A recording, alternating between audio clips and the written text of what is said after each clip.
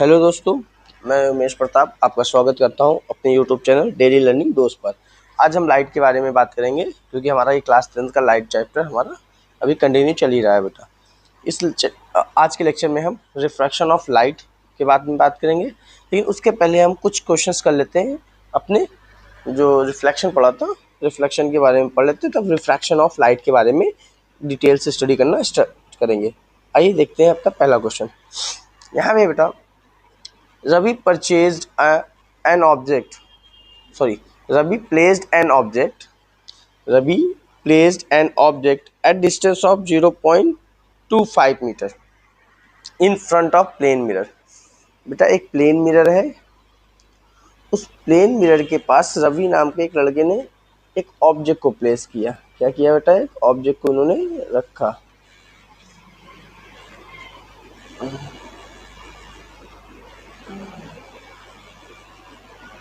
रवि नाम के बच्चे ने यहाँ पे एक ऑब्जेक्ट रखा, वो मिरर रखा। बेटा क्या रखा? मिरर। ये मिरर कैसा है सर? ये मिरर हमारा प्लेन मिरर है, प्लेन मिरर। ऑब्जेक्ट को किस डिस्टेंस पर रखा गया है बेटा? ऑब्जेक्ट को रखा गया है डिस्टेंस पर 0.25 मीटर पर। तो इमेज कहाँ फॉर्म होगी बेटा? सर इमेज भी फॉर्म होगी A dash B dash sir 0.25 metre पर। यानी प्लेन मिरर में जितनी डिस्टेंस पर ऑब्जेक्ट होता है उतनी डिस्टेंस पर मेरा इमेज फॉर्म होता है। ओके बेटा, तो यहाँ पे है Ravi placed an object at the distance of 0.5 metre in front of plane mirror. The distance between object and mirror will be. तो डिस्टेंस ऑफ ऑब्जेक्ट और मिरर के बीच का डिस्टेंस चाहिए। तो बेटा ये जो डिस्टेंस है 0.5, ये ऑब्जेक्ट से प्लेन मिरर तक की है, और ये डिस्टेंस जो है मिरर से इमेज तक की है। अब मुझे यहाँ से यहाँ तक की डिस्टेंस चाहिए। कहाँ से कहाँ तक? ऑब्जेक्ट से लेकर मुझे यहाँ तक की डिस्टेंस चाहिए, मिरर तक, इमेज तक की। तो अब बेटा ये देखिए 0.25 प्लस 0.25 ओवरऑल बन जाएगा 0.5 मीटर। तो इसका आंसर कितना आना चाहिए बेटा? 0.5 मीटर। ओके, आपसे ऐसे ही क्वेश्चन पूछेगा बेटा, डायरेक्ट ये नहीं पूछेगा कि ऑब्जेक्ट को इतने डिस्टेंस पर रखा है तो इमेज कहाँ बनेगा। आपको थोड़ा सा क्वेश्चंस को वो मैनिपुलेट करके थोड़ा सा इस टाइप से मॉडर्नाइज करके पूछेगा क्वेश्चन। अगले क्वेश्चन की ओर। The angle of incident for a ray of light having zero reflection angle. बेटा यहाँ बोला गया है अगर रिफ्लेक्ट इंसिडेंट एंगल मेरा क्या हो जाए? जीरो। इंसिडेंट एंगल क्या हो जाए? जीरो। तो मुझे रिफ्लेक्टेड एंगल बताना है। लॉ ऑफ रिफ्लेक्शन ये कहता है बेटा जो इंसिडेंट एंगल होगा उतना ही रिफ्लेक्टेड एंगल होगा। रिफ्लेक्टेड एंगल होना चाहिए। तो angle I equal to 0 degree, तो एंगल आर इक्वल टू भी क्या हो जाएगा बेटा? 0 डिग्री। आइए बात करते हैं next. Which of following optical device can produce real image for a real object? Real image for real object यानी एज कहने का मतलब बेटा अगर मैंने ऑब्जेक्ट को रियल रखा तो इमेज इनमें से कौन सा इमेज ऑप्टिकल इंस्ट्रूमेंट है जो रियल इमेज फॉर्म करेगा। बेटा अभी हमने कनकेव मिरर के बारे में कनकेव लेंस के बारे में पढ़ा नहीं है। एक्चुअली कनकेव लेंस हमेशा इमेजनरी वर्चुअल बनाता है। कैसा बनाता है? वर्चुअल इमेज हम आगे चल के पढ़ेंगे बेटा, लेकिन यहाँ पे हम बता दे रहे हैं आपको ये कैसा बनाता है? वर्चुअल बनाता है।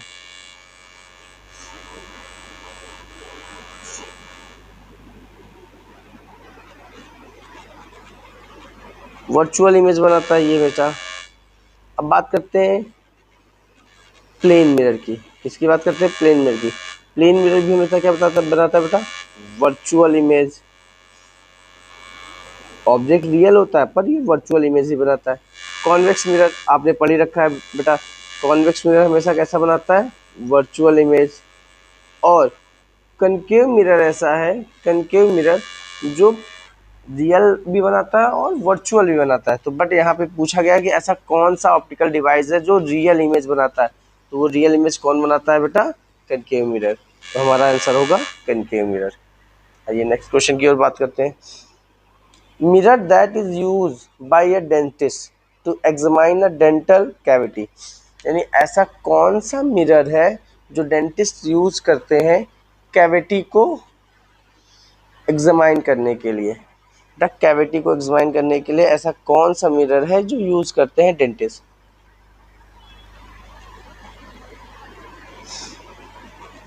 बेटा यहाँ पे हमें ये बोला गया है कि कौन सा मिरर यूज करते हैं डेंटिस्ट।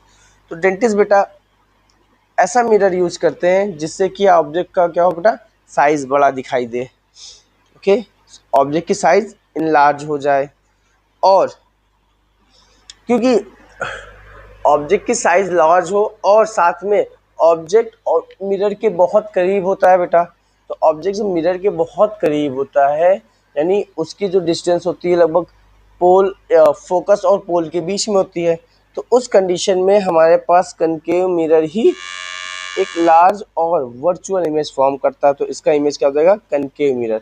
कनकेव मिरर की अगर हम ये बात करें तो अपनी लेक्चर सीरीज में हमने जब आपको इमेज फॉर्मेशन बताया था, तो जो 6 आपको स्टेट बताई थी, 6 बिहेवियर बताया था कि मिरर को फोकस और पोल के बीच में रखेंगे तो इमेज हमेशा वर्चुअल बनती है, लार्ज बनती है और इरेक्ट बनती है। ओके बेटा, इसीलिए डेंटिस्ट किसका यूज करते हैं, कनकेव मिरर का। आइए नेक्स्ट की बात करते हैं। An object that plays at a distance of 30 centimetre from the concave mirror. बेटा एक ऑब्जेक्ट है कनकेव मिरर से 30 सेंटीमीटर की डिस्टेंस पर मैंने उसको प्लेस किया। Okay, concave mirror get its image at the same point, और इमेज भी जो मिल रही है बेटा उसी पॉइंट पे मिल रही है, बी भी क्या मिल रहा है उसी पॉइंट पर। तो हमें बताना है focal length of the mirror. तो बेटा आपको इसको बेसिक तरीका आप पता कर सकते, बेसिक तरीके से कर सकते हैं, नहीं तो हम ये जानते हैं कि हमारा जो इमेज फॉर्म होता है इसको हम दो तरीके से कर सकते हैं। पहले फर्स्ट मेथड देखते हैं, मेथड फर्स्ट। हम मेथड फर्स्ट में अपने फॉर्मूले से लगाते हैं। कहाँ से, फॉर्मूला जो हमें बेसिक पता है, 1/f equal to 1/v plus 1/u। 1/f equal to -1/30 -1/30। तो 1/f इक्वल टू 30 एलसीएम में आएगा बेटा -1 तो ये हमारे लिए हो जाएगा 1/f इक्वल टू -2/30। तो बेटा f की वैल्यू हो जाएगी -15 सेंटीमीटर। कितनी हो जाएगी, -15 सेंटीमीटर। या ये तो हमारा फर्स्ट मेथड हो गया। सर आप सेकेंड मेथड से भी कर सकते हैं। और सेकेंड मेथड में हमें थोड़ी सी कैलकुलेशन कम लगी है। सेकेंड मेथड में क्या करते हैं बेटा हम, सर सेकेंड मेथड में ये करते हैं कि जब हमें ये इमेज फॉर्मेशन का जो रूल है वो याद होना चाहिए, उसके अकॉर्डिंग जब इमेज को सेंटर ऑफ कर्वेचर पे रखते हैं, कहाँ पे, ऑब्जेक्ट को जब सेंटर ऑफ कर्वेचर पे रखते हैं तो इमेज कहाँ बनती है, सेंटर ऑफ कर्वेचर पर। यानी ये ऑब्जेक्ट रखा कहाँ गया है, सेंटर ऑफ कर्वेचर। और सेंटर ऑफ कर्वेचर यानी आर, एक्चुअली आर कितना होता है बेटा, 2f के बराबर होता है। तो यहाँ पे 2f कितना दिया है, -30। कितना दिया है, -30। f की वैल्यू हो जाएगी -30/2, f की वैल्यू -15 सेंटीमीटर। तो आप चाहे बेटा इस तरीके से करिए या उस तरीके से, दोनों तरीके से आपका ये क्वेश्चन फॉर्म हो जाएगा। आइए हम चलते हैं अपने अगले क्वेश्चन की ओर। क्या बोला है, an object that is distance of +15 centimeter and it's moves slowly towards the pole of the convex mirror. An object that placed that an object that is at a distance of +15 centimeter and it is moved slowly towards the pole of convex mirror। उसको पोल of convex mirror की ओर हम move कराएंगे बेटा। एक object कहाँ पे रखे हैं, +15 का मतलब आप समझे बेटा, पहले कनकेव मिरर बनाते हैं, इट्स अवर कनकेव मिरर, जो अपने आउटर साइड से रिफ्लेक्शन करता है वो हमारा कनकेव मिरर होता है। +16 का मतलब है कि वो पोल के किस साइड है बेटा, सर पोल से राइट साइड में है, ये +15 सेंटीमीटर। अब मैं क्या करूँगा, जैसे ही इसको इस साइड मूव करूँगा तो बेटा अभी तक आपको मैंने यहाँ पे motion of curve surface area, curve mirror के लिए मोशन नहीं पढ़ाया था, बट यहाँ पे बता दे रहे हैं जब वो आगे मोशन करना शुरू करेगा बेटा तो जो इमेज होगी वो जो इमेज होगी बेटा वो डिमिनिश एंड वर्चुअल हो जाएगी। क्या हो जाएगी? Diminished and virtual. तो इसका आंसर क्या होगा? Diminished and virtual. ये बेटा आगे चल के हम आपको और अच्छे से एक्सप्लेन करेंगे जब मैं आपको motion of object in a mirror पढ़ा दूंगा, तो आपको ये बातें और अच्छे से क्लियर हो जाएंगी। आइए नेक्स्ट क्वेश्चन की ओर बढ़ते हैं। For concave mirror of radius of curvature 30 centimetre which is placed in a water, the focal length in air and water deferred by. बेटा यहाँ पे स्टेटमेंट ये होगा, the focal length of, statement देकर बताते हैं, the focal length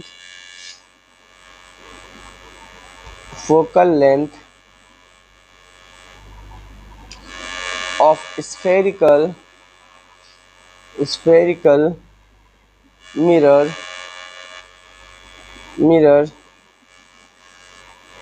does not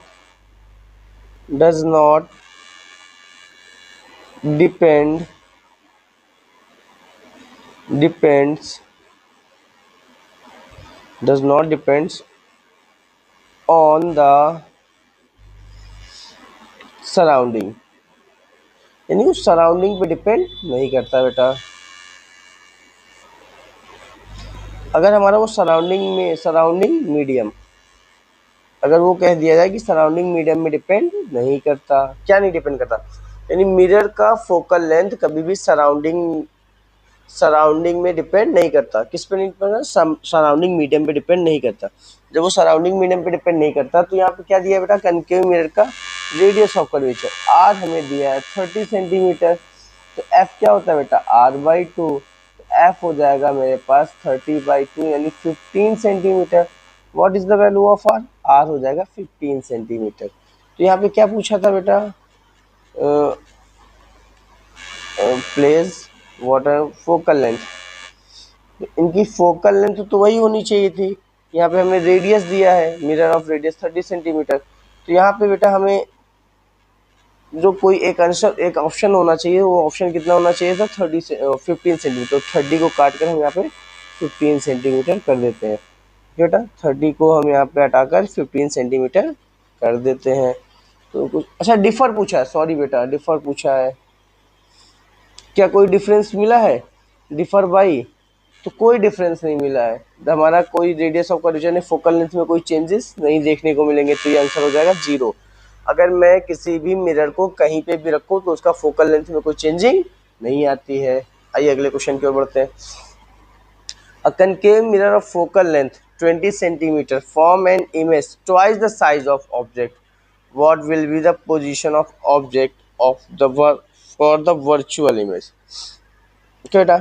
तो बोला क्या गया? What will be the position of object, object की पोजीशन क्या होगी जो उसकी वर्चुअल इमेज फॉर्म करे, वर्चुअल इमेज फॉर्म करे। तो position, what will be the position of object for virtual image.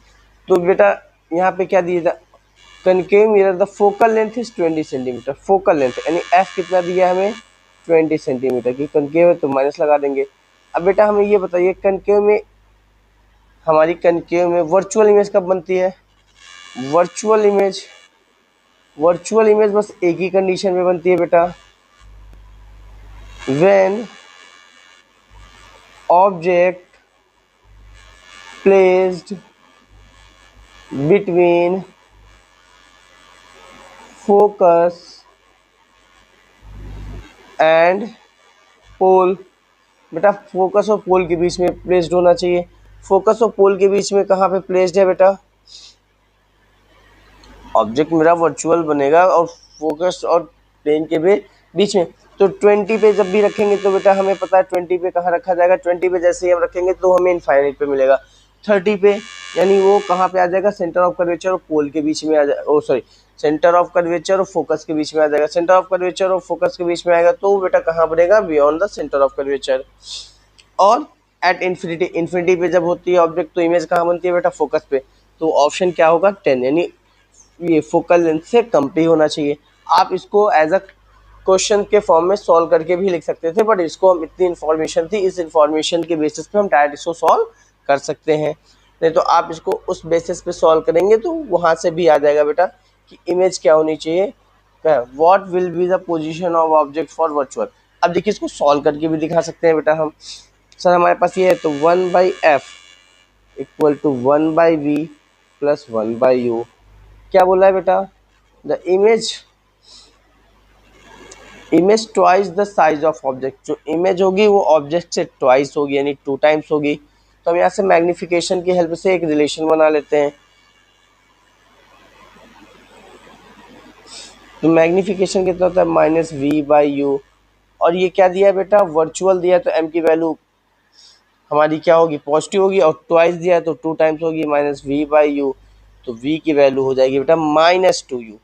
v की वैल्यू कितनी होगी? -2u। अब इन सारी चीज़ों को यहाँ पे पुट कर देते हैं।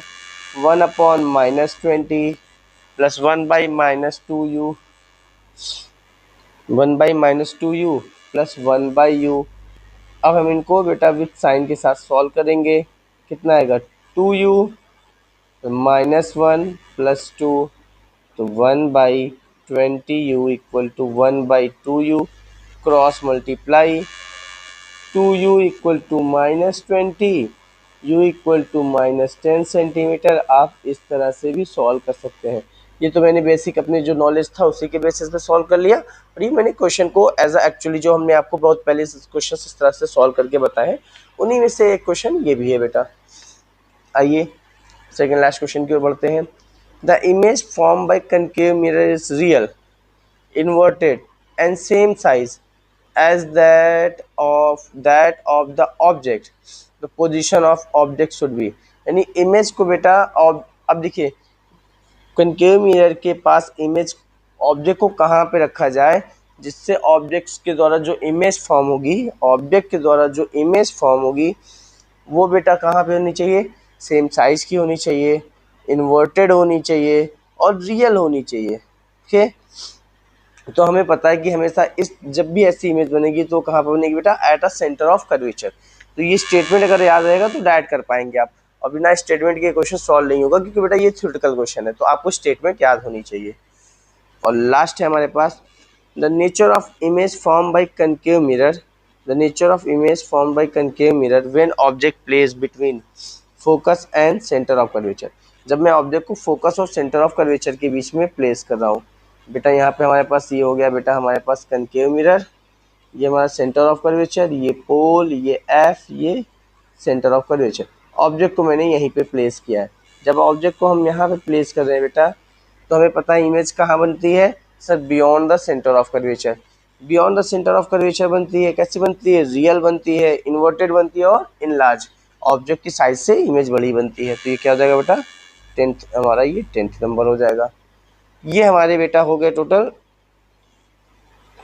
ये हमारे टोटल हो गए 10 क्वेश्चंस। हम ये 10 क्वेश्चंस के बेसिस पे यहाँ पे सिर्फ बेटा 10 क्वेश्चंस हमने बात की, और ये 10 क्वेश्चंस हमारे लिए क्या थे कि ये 10 क्वेश्चन हमने जो भी मिरर्स के बारे में डिटेल्स में पढ़ रखा है, वो मिरर के बारे में ये 10 क्वेश्चंस उन्हीं के बेसिस पे थे। और हम धीरे धीरे आपको इतने क्वेश्चंस भी सॉल्व इसलिए करा रहे हैं बेटा कि प्रैक्टिस बनी रहे। ऐसे क्वेश्चंस आपको कई बार देखने को नहीं मिलते हैं। जब ये क्वेश्चंस देखने को नहीं मिलते बेटा तो आपको इनको सॉल्व करने में प्रॉब्लम होगी, इसीलिए पहले हम इस तरह के क्वेश्चंस के बारे में बात कर लेते हैं। अब आइए हम आगे अपने टॉपिक की ओर बढ़ते हैं बेटा। अब हमारा इस चैप्टर का बहुत बड़ा टॉपिक स्टार्ट हो रहा है और मेरा टॉपिक है, और इस चैप्टर के यही 2 इंपॉर्टेंट टॉपिक्स थे हमारे पास। जो एक हमने पढ़ लिया रिफ्लेक्शन, आज से पढ़ना शुरू करेंगे रिफ्रैक्शन। अब देखिए रिफ्रैक्शन में हम लोग क्या पढ़ना शुरू करेंगे बेटा? आज रिफ्रैक्शन की बस 2-4 बातें पढ़ेंगे, उसके आगे की बातें हम नेक्स्ट वीडियो में बात करेंगे। पहले आज रिफ्रैक्शन होता क्या ये देख लेते बस। रिफ्रैक्शन ऑफ लाइट, लाइट का रिफ्रैक्शन देखेंगे बेटा आज। क्या होता है बेटा इसकी डिफिनीशन? जब बेटा लाइट एक मीडियम से दूसरे मीडियम में पास करती है, लाइट जब एक मीडियम से दूसरे मीडियम में पास करती है तो बेटा लाइट में एक बिहेवियर होता है। बिहेवियर क्या होता है? लाइट अपने उस पाथ से क्या होती है बेटा? उस पाथ से थोड़ा डेविएट हो जाती है। लाइट अपने उस पाथ से बेंड होती है, कभी टूवर्ड्स द नॉर्मल, कभी टू अवे द नॉर्मल। बस हमें ये देखना है कि लाइट अपने उस पाथ से क्या हो रही है? डेविएट हो रही है, यानी उस पाथ से अपना जो एक्चुअल पाथ था उस पाथ पे ना जाके उस पाथ से थोड़ा डेविएट हो गई। और लाइट के इसी फिनोमिना को क्या कहेंगे बेटा? रिफ्रैक्शन। तो आइए बात करते हैं डिफिनीशन में। Refraction is the phenomena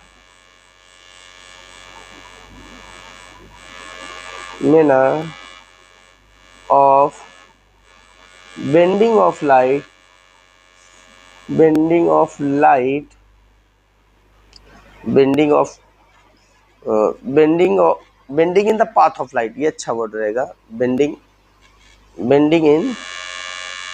the path. कहाँ से वो बेंड हो रही है बेटा? path of light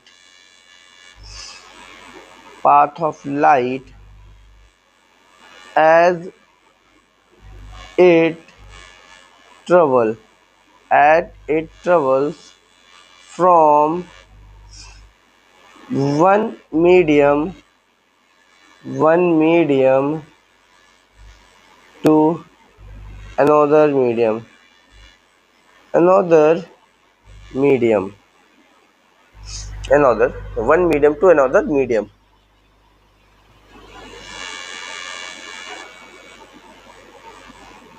ओके बेटा, आइए बात करते हैं यहाँ पे एक्चुअली ये दिखाया क्या जा रहा है, यानी जो बताया जा रहा है वो है क्या बात। हम इस बात के बारे में बात करते हैं बेटा। ये हमारा हो गया बेटा सरफेस। ये क्या हो गया? हमारा सरफेस हो गया। ओके, ये हमारा सरफेस हो गया। अब बेटा इस सरफेस पे हमने क्या किया बेटा? सर एक हमने ड्रॉ किया नॉर्मल। ये हमारा नॉर्मल हो गया बेटा। ये सरफेस ड्रॉ हो गया और ये नॉर्मल ड्रॉ हो गया। अब बेटा क्या बात कर रहे हैं? इनको बोल दे रहे हैं ये सरफेस है। ये क्या है? हमारा सरफेस। कैसा सरफेस है बेटा? Plane transparent surface.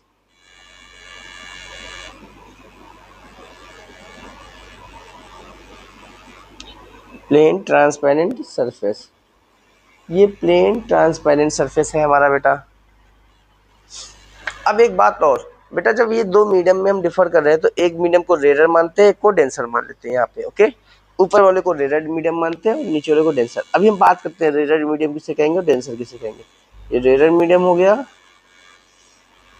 और ये डेंसर मीडियम हो गया। अभी हम बात करते हैं optically denser, optically rare medium के बारे में। बस अभी जो बातें बताई जा रही है बेटा, बस उस बातों को ध्यान दीजिए।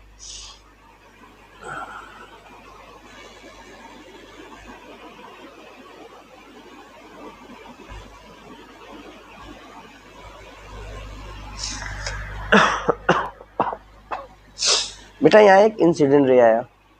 क्या है? इंसिडेंट रे आई यहाँ से बेटा। ये हमने कहा कि एक इंसिडेंट रे आई बेटा, इट्स अवर इंसिडेंट रे। अगर ये हमारी इंसिडेंट रे आई बेटा, अब यहाँ पे देखते रहिएगा, ये इंसिडेंट है और इंसिडेंट रे यहाँ से जब ये मूव कर रही है बेटा, इंसिडेंट रे, और इसके साथ जो एंगल बना रही है, इस एंगल को बोलते हैं आई, इसे बोलते हैं इंसिडेंट एंगल। और ये रे क्या कहलाती है बेटा? Incident ray. एक एक बात को बेटा आसानी से समझते जाएंगे तो अच्छा होगा। इंसिडेंट है तो हमने जब यहाँ पे इंसिडेंट रे ड्रॉ किया और ये हमारा नॉर्मल है, इसको हम बता दे रहे हैं नॉर्मल है। नॉर्मल का मतलब है ये जो हमारे सरफेस पर है वो परपेंडिकुलर है। बेटा ये लाइट रिफ्लेक्ट होने के बाद क्या होती है बेटा? रेयर से डेंसर की हो जा रही है। रेयर से डेंसर की हो जा रही है तो एक मीडियम से दूसरे मीडियम में जाएगी तो क्या होगी बेटा? अपने एक्चुअल पाथ से ये बेंड हो जाएगी। क्या होगी बेटा? अपने एक्चुअल पाथ से ये बेंड हो जाएगी। ये अपने एक्चुअल पाथ से थोड़ा बेंड हो जाएगी बेटा। ओके, ये अपने एक्चुअल पाथ से यहाँ पे बेंड हो गई और इसको हमने नाम दिया आर। क्या बेटा?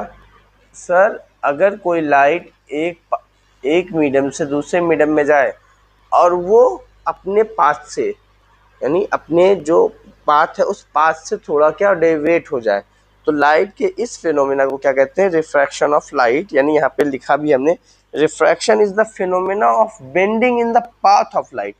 यानी किसी लाइट के पाथ का बेंड होना ही हमारा क्या कहलाता है बेटा?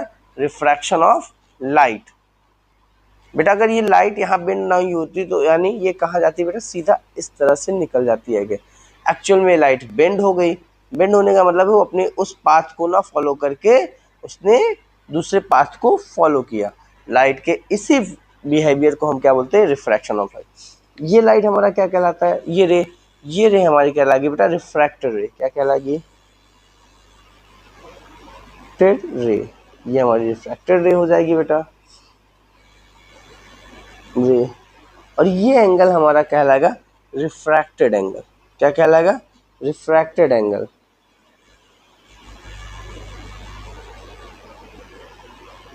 This is our refracted angle. ये हमारे पास कुछ टर्म्स थे। ओके बेटा, हमने यहाँ पे सारे टर्म्स आपको रिलेट करके बता दिए और एक बार फिर से सारे टर्म्स बताते हैं बेटा। ये हमारा क्या है बेटा, प्लेन ट्रांसपेरेंट सरफेस। क्या है बेटा, प्लेन ट्रांसपेरेंट सरफेस। इस सरफेस पर जब लाइट पड़ती है तो ये लाइट क्या करता है, ये लाइट को अपने सरफेस के से पास होकर दूसरे साइड पास होने देता है। पॉइंट ऑफ इंसिडेंट, इस पॉइंट को बोलते हैं बेटा पॉइंट ऑफ इंसिडेंट। क्या बोलते हैं, point of incident.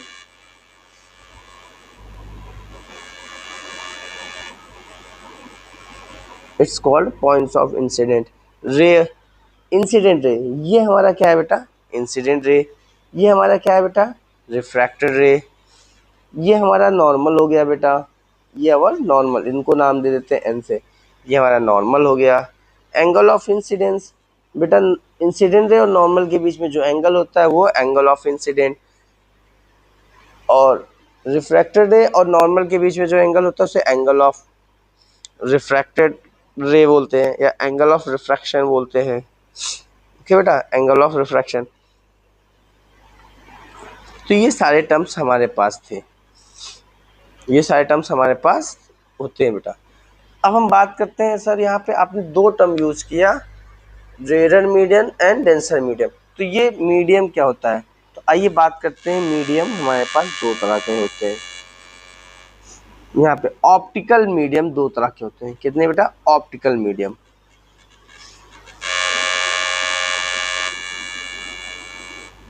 Optical medium को दो कैटेगरी में तोड़ा जा सकता है, उनकी डेंसिटी के बेसिस पे। किसके बेसिस पे, ऑप्टिकली डेंसिटी के बेसिस पे ट्रांसपेरेंट मीडियम को दो तरीकों से ब्रेक किया जा सकता है, हम ये कह सकते हैं।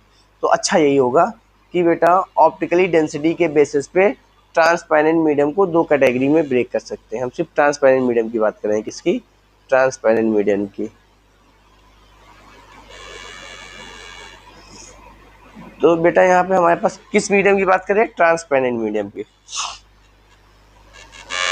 तो हम यहाँ पे बात करते हैं ट्रांसपेरेंट मीडियम की।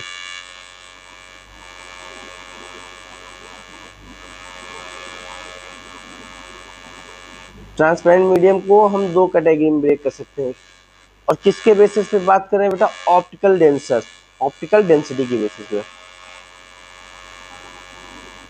ऑप्टिकल डेंसिटी, यहाँ पे हम लोग ऑप्टिकल डेंसिटी के बेसिस पे बात कर रहे हैं बेटा। ऑप्टिकल डेंसिटी का मतलब हो गया, तो देखिए बेटा यहाँ ऑप्टिकल डेंसिटी में पहला जो होता है वो हमारे लिए होता है रेयर, और एक होता है डेंसर। रेयर किसे कहेंगे बेटा, रेयर वहां पे होता है जहाँ पे speed of light compare to अगले के क्या हो बेटा, कम होगी। और डेंसर जहाँ पे speed of light, sorry rare उसे कहेंगे जहाँ स्पीड ऑफ लाइट हाई होगी।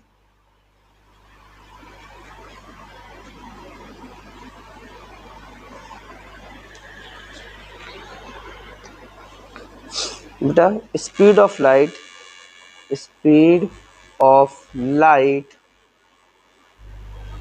Is high in the medium. इस मीडियम में स्पीड ऑफ लाइट क्या होगी बेटा, हाई होगी। So speed of light is high in the medium. और यहाँ पे क्या होगा बेटा, speed of light, speed of light, speed of light is low in the medium. और बेटा ये हमेशा क्या होंगी, कंपेयर की जाएंगी, एब्सोल्यूट नहीं होता। रेयर और डेंसर देयर आर, ये एब्सोल्यूट नहीं होते। तो ये एक नोट पॉइंट में हम करके लिख सकते हैं बेटा, नोट में rare and denser medium is not absolute, not absolute का मतलब क्या होता है बेटा, ये एब्सोल्यूट नहीं होते, यानी हम कभी ये नहीं कह सकते कि यही रेयर है कि यही डेंसर है, ये चेंज होते रहेंगे। एक मीडियम के कंपेयर में दूसरा मीडियम होगा तो वहाँ पे चेंज होता रहेगा, तो एक मीडियम के कंपेयर में दूसरा मीडियम कैसे चेंज होता रहेगा। अब मानते हैं कि हमारे पास 3 मीडियम है, vacuum,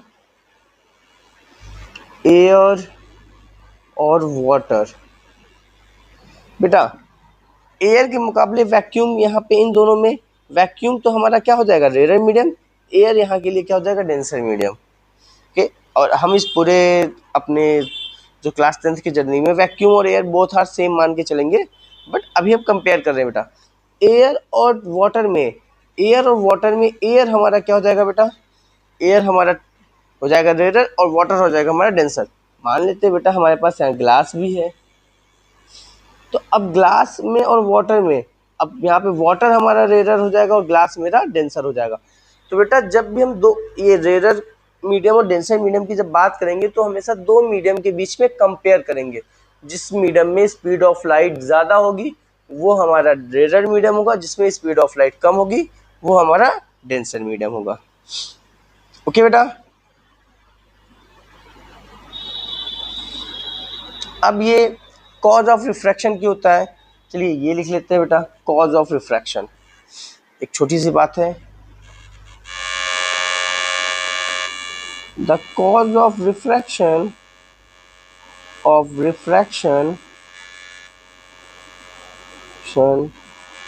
of light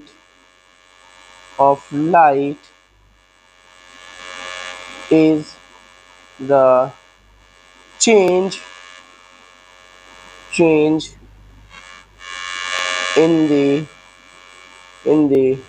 speed of light in different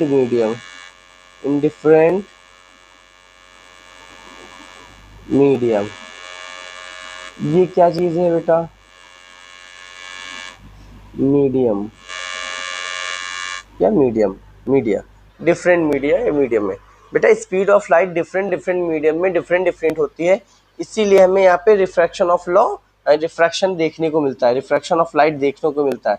refraction of light क्यों होता है बेटा, due to the difference between speed of light in different medium. अब यहाँ पे कुछ और बातें, पहला when light is refracted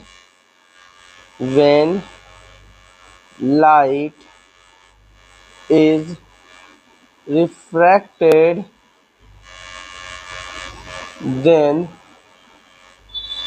its speed and wavelength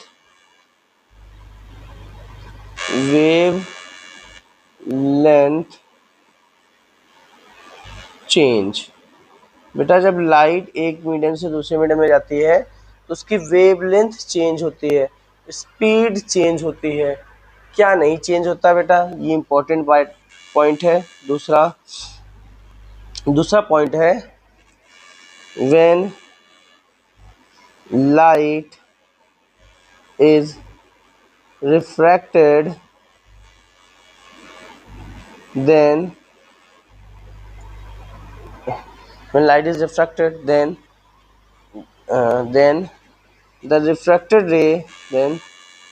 the refracted ray does not change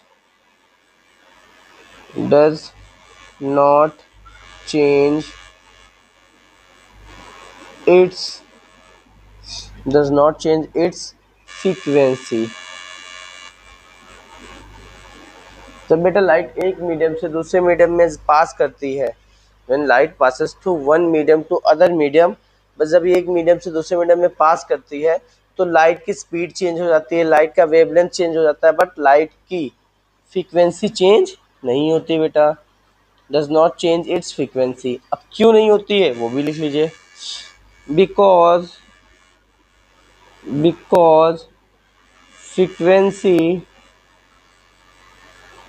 depend on the source. कहाँ डिपेंड करती है बेटा, सोर्स पर। Because frequency depends on source, frequency source पे डिपेंड करती है। तो जब सोर्स चेंज होगा तब लाइट की फ्रीक्वेंसी चेंज होगी, लेकिन जब लाइट रिफ्लेक्ट होगी तो लाइट की फ्रीक्वेंसी चेंज नहीं होती। और ये इंपॉर्टेंट क्वेश्चन पूछा जाता है बेटा, ये आपसे मल्टीपल चॉइस में ये क्वेश्चन पूछा जा सकता है कि लाइट की फ्रीक्वेंसी क्यों नहीं चेंज होती, या इनमें से कौन सा कैरेक्टर लाइट का चेंज नहीं होता है। बेटा लाइट की स्पीड चेंज होती है, लाइट का पाथ चेंज होता है, लाइट की वेवलेंथ चेंज होती है, बट आफ्टर रिफ्लेक्शन लाइट की फ्रीक्वेंसी चेंज नहीं होती बेटा। ओके। और एक चीज बेटा, हमें स्पीड इक्वल टू क्या पता है सर, स्पीड इक्वल टू होता है डिस्टेंस अपॉन टाइम। अगर हम मान लेते हैं बेटा लाइट कैसी है, एक इलेक्ट्रोमैग्नेटिक वेव है। कैसी वेव है, एक इलेक्ट्रोमैग्नेटिक वेव है। अब मान लेते हैं बेटा लाइट एक इलेक्ट्रोमैग्नेटिक वेव है, कुछ इस टाइप से ट्रांसवर्सल वेव के अकॉर्डिंग वो फ्लो कर रही है, ट्रांसवर्सल वेव। तो बेटा यहाँ से यहाँ तक का ये उसका एक कंप्लीट सर्कल होगा, एक कंप्लीट राउंड होगा। इस कंप्लीट राउंड को हम बोलते हैं टाइम पीरियड। क्या बोलते हैं, टाइम पीरियड। और इस लेंथ को क्या बोलते हैं हम बेटा, इस लेंथ को हम बोलते हैं अपनी वेवलेंथ। यहाँ से यहाँ तक की डिस्टेंस हमारी वेवलेंथ होगी। तो अगर हम इसको सी से दिखाएंगे, स्पीड ऑफ लाइट से, या वी से ही दिखा देते हैं, speed V equal to wavelength lambda upon time period T. बेटा टाइम पीरियड टी ऊपर जाएगा तो T by T into frequency को हम एफ से दिखाते हैं, एफ। बेटा अब यहाँ पे ये बात कर रही है, अगर v चेंज होगा, f कांस्टेंट है, तो किसको चेंज होना पड़ेगा, लेमडा को। लेमडा यहाँ क्या है, वेव लेंथ है। ये सारी चीजें आप लेंथ, वेव लेंथ, फ्रीक्वेंसी आप क्लास 9 में पढ़ के आए बेटा, और ये सारी चीजें हम समझ रहे। तो अगर आपकी बेटा अगर फ्रीक्वेंसी बढ़ेगी, सॉरी स्पीड बढ़ेगी, तो लेमडा को भी बढ़ना पड़ेगा, क्योंकि f तो हमारा कांस्टेंट है। f कांस्टेंट का मतलब हो गया बेटा कि v is directly proportional lambda. तो जैसे जैसे v बढ़ेगा वैसे वैसे लेमडा बढ़ेगा, और जैसे जैसे v घटेगा वैसे वैसे लेमडा भी हमारा घटेगा। तो यहाँ पे लेमडा किस पे डिपेंड कर रहा है बेटा, सर लेमडा डिपेंड कर रहा है स्पीड ऑफ लाइट पर। तो स्पीड ऑफ लाइट किस पे डिपेंड कर रही है बेटा, वो मीडियम पे डिपेंड कर रही है। किस पे डिपेंड कर रही है, मीडियम पर। ओके। तो यहाँ पे हम ये बात कर सकते हैं कि फ्रीक्वेंसी फिक्स है, स्पीड चेंज हो रही है, वेवलेंथ चेंज हो रहा है, और उसका पाथ चेंज हो रहा है। ओके बेटा। और ये पूछा था कॉज ऑफ रिफ्रैक्शन, तो कॉज ऑफ रिफ्रैक्शन में ये कहेंगे बेटा कि जब लाइट एक मीडियम से दूसरे मीडियम में जाती है, लाइट की स्पीड एक मीडियम में दूसरी और दूसरे मीडियम में दूसरी होती है, इस फिनोमेना की वजह से लाइट क्या होता है, अपने पाथ को एक्चुअली डिस्टर्ब हो जाता है, अपने पाथ से थोड़ा वो बेंड हो जाता है।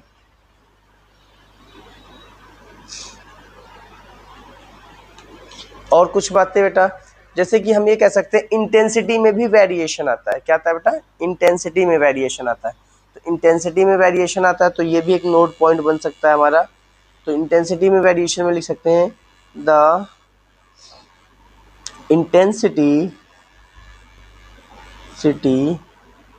Of incident ray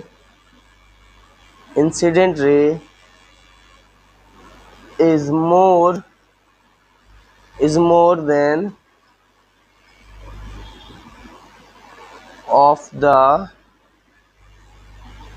refracted ray refracted रे, यानी इंसिडेंट जो इंटेंसिटी होती है लाइट की, इंसिडेंट रे की ज़्यादा होती है कम, और जब वो किसी एक मीडियम से दूसरे मीडियम में पास करता है तो रिफ्रैक्टेड रे की इंटेंसिटी कम हो जाती है। और ऐसा होता क्यों है बेटा, इसका रीज़न भी देख लेते हैं बेटा। ऐसा होता क्यों है, लिख देते हैं बेटा। This is because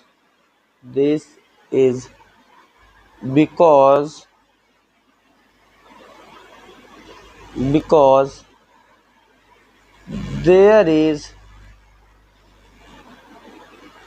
partial reflection, partial reflection,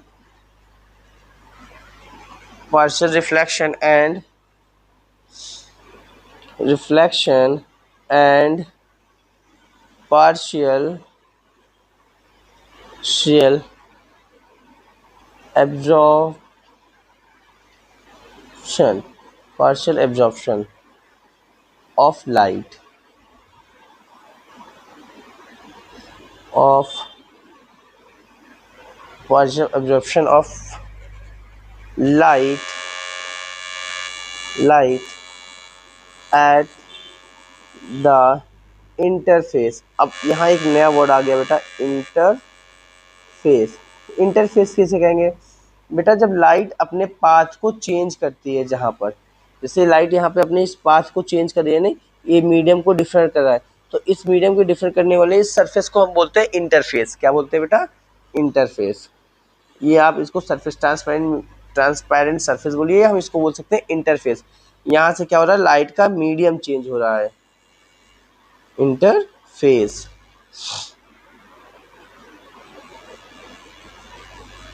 okay बेटा, तो हमने आपने यहाँ पे जो भी डिस्कशन किया आज, सिर्फ लॉ ऑफ रिफ्लेक्शन, सिर्फ रिफ्लेक्शन के बारे में बात की कि रिफ्लेक्शन में होता क्या क्या है और रिफ्लेक्शन में क्या क्या होता है बेटा। और तो बेटा यहाँ पे हमने अपनी इतनी सारी बातें कर ली हैं। अब हम जब नेक्स्ट लेक्चर में मिलेंगे तो नेक्स्ट लेक्चर में हम लाइट के और भी फिनोमेना के बारे में बात करेंगे और लॉ ऑफ रिफ्लेक्शन के बारे में बात करेंगे। देन आफ्टर इसके हम न्यूमेरिकल्स के बारे में बात करेंगे। ओके बेटा, आज के लिए इतना ही, धन्यवाद। और आपको ये लेक्चर अच्छा लग रहा है बेटा तो अपने अपने दोस्तों तक ये शेयर करते रहिए। आपको ये क्लास 10th का, पूरा क्लास 10th का, यानी जितने भी आपके फिजिक्स में है वो सारे लेक्चर्स आपको मिलेंगे। हर चैप्टर में कम से कम आपको मैं 100 से 150 न्यूमेरिकल प्रॉब्लम खुद कराऊंगा और 50 क्वेश्चन आपको मल्टीपल चॉइस क्वेश्चंस कराए जाएंगे। जैसे आज मैंने आपको 10 क्वेश्चंस कराए हैं जब मैंने आपको प्लेन मिरर और स्फेरिकल मिरर पढ़ा दिया था।